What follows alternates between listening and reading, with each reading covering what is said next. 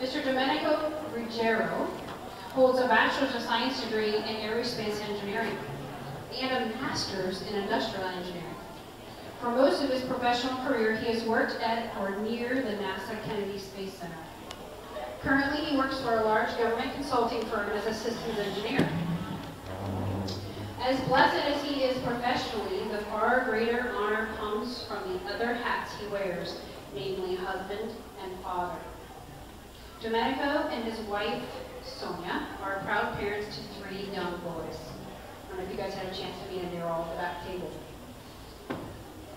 In addition to the importance of close personal relationships with his wife and sons, he strives to maintain a healthy work-life balance so that he can impress upon the children other practical skills in addition to their homeschool academics, such as outdoor skills, physical fitness, craftsmanship, community service, and entrepreneurship. He is a fired-up revert to the Catholic faith and has cast off the notion of being a cafeteria Catholic long ago. Now armed with the fullness of the truth found within the Catholic Church, he engages in online debates against secular forces on moral matters of political and social interest. He has proudly delivered 2 online webinars and teaches 2 courses, Computer Programming 101 and Space Flight Operations and Related Sciences, both of which incorporate Catholicism into the subject matter.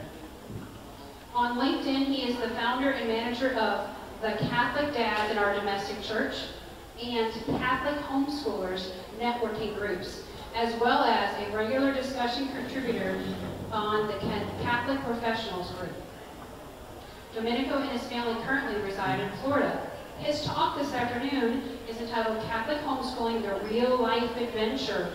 Please warmly welcome Mr. Domenico Ruggiero.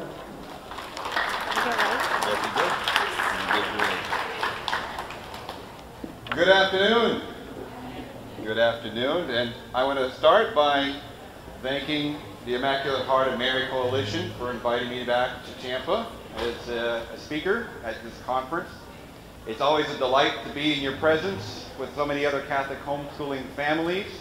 I enjoy looking out amongst the crowd and seeing the young faces. I enjoy seeing the fathers and the mothers and all of the dedication that you all put into your homes and into your class. So it's again an honor and a privilege to be able to speak to you here today. I also want to thank my wife and my children, who I can't live without, and I appreciate their love and support at all times.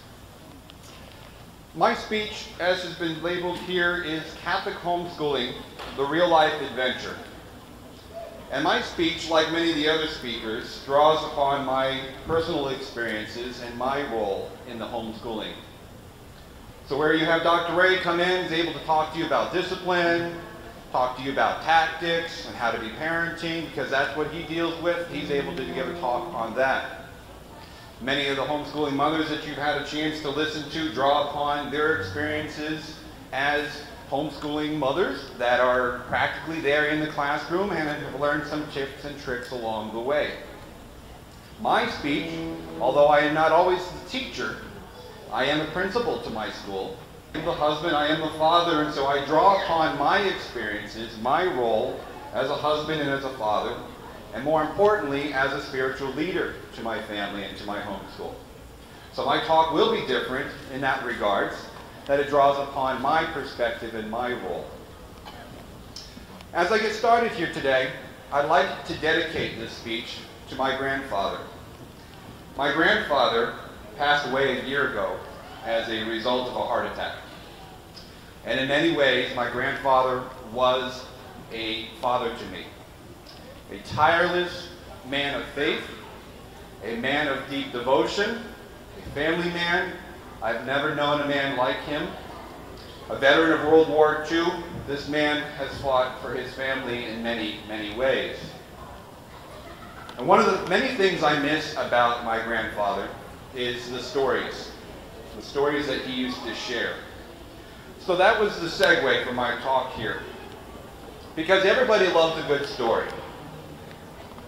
Think about some of the stories that you enjoy. And think about how stories actually are conveyed. Stories go from generation to generation.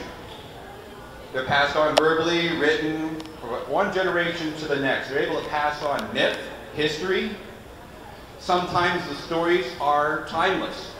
You could take the writings of William Shakespeare and G.K. Chesterton and read them today as if they were, read them as even though they were written back then, as if they were written here today. They're timeless. Other stories are able to instruct and to inspire. Let's take the parables of Jesus and all the other writings of the Bible. But think about some of the stories that you enjoy. Think about the emotions that they've been able to invoke. I'm going to bring a couple of items up here. And let's see, I just want you to recognize within yourselves if you feel any type of emotional response, any recollection of a powerful moment in that film or in that story that you might have heard about that hits you, it's powerful to you. So let's take, for example, the beginning there. J.R.R. Tolkien's Lord of the Rings. Everybody loves Lord of the Rings, a Catholic allegory, a beautiful story. Think about all the adventure that goes along with that. Think about saint movies. Saint Therese, Saint Joan of Arc, Saint Francis, Padre Pio, Saint Anthony, I got Saint Augustine here. Think about some of the saint movies you maybe have had a chance to watch, how they've inspired you to grow in your faith. Think about some of the other movies about true life stories. They're always pretty impressive. One of the ones that really surprised me was Cinderella Man. Have any of you had a chance to watch Cinderella Man? About a real-life boxer by the name of Jim Braddock from New Jersey. A very good boxer who fell on hard on his luck and entered into the Depression. His family's poor, and that man literally had to fight for the milk money that put food and milk on his table. He literally took blows. Braveheart, another historical story. Young William Wallace, his father gets killed by King King Longshanks. He grows up, he just wants to be a peaceful man, wants to get married, live out his life. But he gets called into battle. For greater glory, a wonderful story that's been produced. Most history books don't even record how the government of Mexico was killing Catholics. The practice of the Catholic religion was illegal, and priests were killed on the street in front of children. Christians were hung from the posts along train tracks as a warning to all the others. Martyrs, and how the Christians had to fight back, what they called the Cristeros. And let us not also forget the Passion of the Christ. Think about the first time you saw the Passion of the Christ, and probably every time you've seen it since then. Think about how the flagellation takes place, and those metal barbs are going into the side of Jesus and they're yanked out. Tell me you didn't feel that. Tell me you didn't feel the joy at the moment of the resurrection. At the moment the film is over, you're standing there in awe. You don't have words to express what you've just gone through. What an incredible story.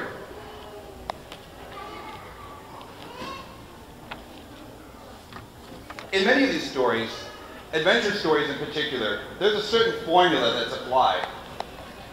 It's called the hero's journey.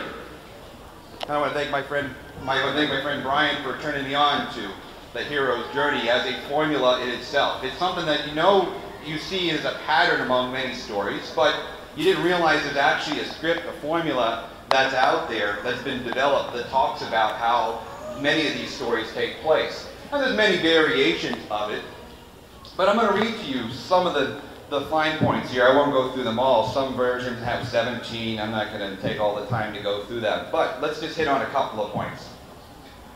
First, you have your future hero.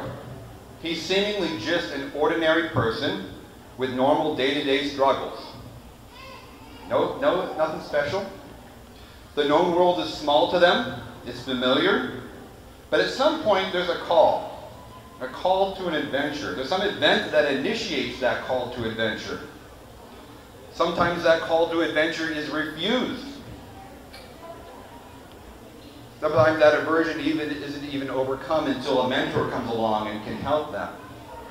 Let's think about the Lord of the Rings and how Frodo comes to realize that the one ring is in his possession. And he sits there, and I quote, "I wish the ring had never come to me. I wish none of this had happened."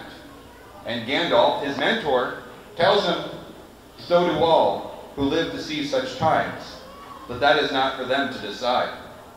All we have to decide is what to do with the time that is given us. There are other forces at work in this world, Frodo, besides the will of evil."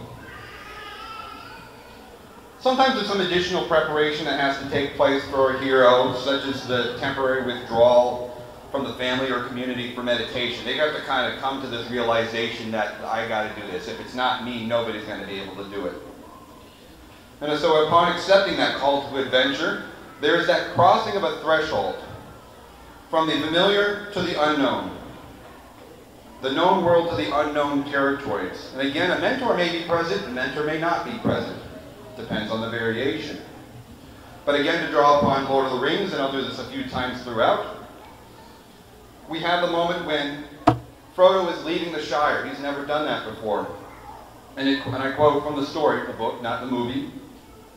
"When the light of the last farm was far behind, peeping behind the trees, Frodo turned and waved a hand in farewell and said quietly, 'I wonder if I shall ever look down into that valley again.'"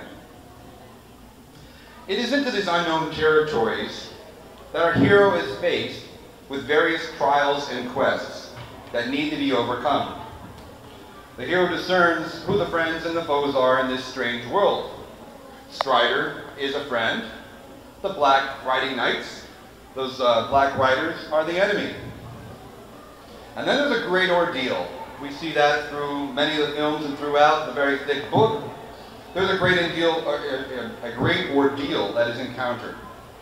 And that hero is faced with a great battle. That battle goes on, and in the darkest and the most difficult moments of the struggle, the hero emerges victorious. And although victorious, sometimes the hero is seemingly dead, or some aspect of him is dead. You again have the moment of Frodo lying lifeless on Mount Doom, surrounded by lava, and you wonder, is that the end for him? You take some of the kids' movies like How to Train Your Dragon. You got Hiccup, who's seemingly dead. They all fear he's dead. Or Wally, he's damaged. He's not the same anymore. Seemingly dead. He's not, but seemingly. He recovers. He's gained some treasure of some sort, and he travels on the road back home where he may still encounter some challenges along the way. I mean, we already achieved the ultimate victory. Isn't it over? In reality, it's not. Drawing from Lord of the Rings in the book, the last battle is not on Mount Doom. The last battle happens back at the Shire. You have Frodo, Sam, Merry, and Pippin. They return to the Shire and find out there's some ruffians that had moved into the Shire while they were gone. And these hobbits, that are still very simple, are being tormented. And yet here comes 4 very different hobbits back into town. They're sword wielding. They're courageous. They've had enough. We're not going to have this in my home. And they run the ruffians out of town, defeat them all. That's the last battle. And eventually the hero crosses the return threshold, really, where they're the master of both worlds. And the story ends in this regard, where we come to realize that both the heroes and the world that they affected are far better off as a result of their efforts. That's the hero's journey.